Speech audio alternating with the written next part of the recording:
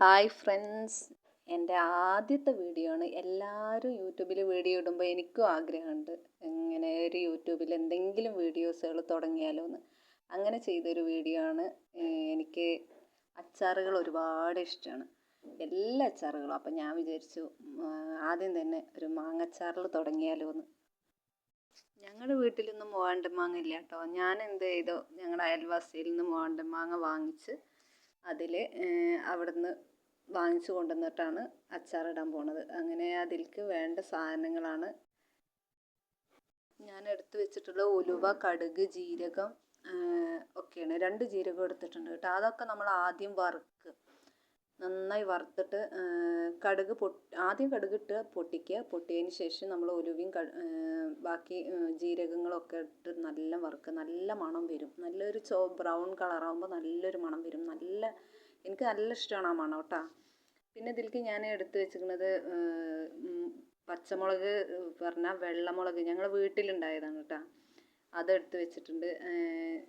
ഈ ഉലുവയും കടുകും ജീരകമൊക്കെ വറുത്ത് ആ ചട്ടിയിൽ തന്നെ ഞാൻ എന്താ ചെയ്തത്, അതിൽ നല്ലെണ്ണയില്ലേ, നല്ലെണ്ണ ഒഴിച്ചിട്ട് അതിൽ കുറച്ചും കൂടെ വേറെ കടുകിട്ടു കേട്ടോ, പച്ചക്കടുകിട്ട് അതിലേക്ക് ഈ വെള്ളമുളക്, വീട്ടിലുണ്ടായതാണ് വെള്ളമുളക്, അതേപോലെ കറിവേപ്പില, ഇഞ്ചി വെളുത്തുള്ളി പേസ്റ്റ് എല്ലാം കൂടെ മിക്സ് ചെയ്ത് അതിലൊരു നുള്ളു ഉപ്പിട്ട് കൊടുത്ത് നല്ലൊന്ന് മൊരിയണ വരെ ഒന്ന് വറുത്തെടുക്കുക.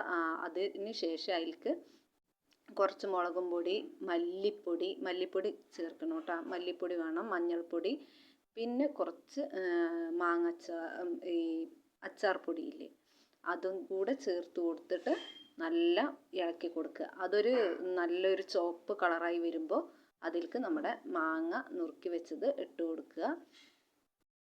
അത് നന്നായി ഒന്ന് ഇളക്കി യോജിപ്പിച്ച് കൊടുത്തതിന് ശേഷം അടച്ച് വെക്കുക കേട്ടോ.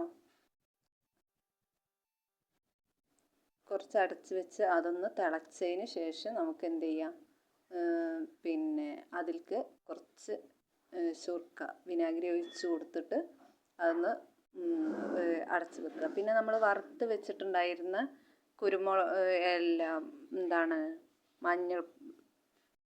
ഉലുവയും കടുകും ജീരകവും എല്ലാം കൂടെ നമ്മൾ മിക്സിൻ്റെ ചെറിയ ജാറിലിട്ട് പൊടിച്ചെടുത്തിട്ട് അതിൻ്റെ ലാസ്റ്റ് മിക്സ് ചെയ്ത് കൊടുക്കുക. അപ്പോൾ ഒരു നല്ല മണം വരും കേട്ടോ. നല്ല ടേസ്റ്റാണ് ഇങ്ങനെ അച്ചാറുണ്ടാക്കി കഴിഞ്ഞാൽ. കുറച്ച് സുർക്കയും കൂടെ ഒഴിച്ച് കൊടുത്താൽ. ഞാൻ എൻ്റെ ആദ്യത്തെ വീഡിയോ ആണ്. നിങ്ങളെല്ലാവരും സപ്പോർട്ട് ചെയ്യുക, ലൈക്ക് ചെയ്യുക,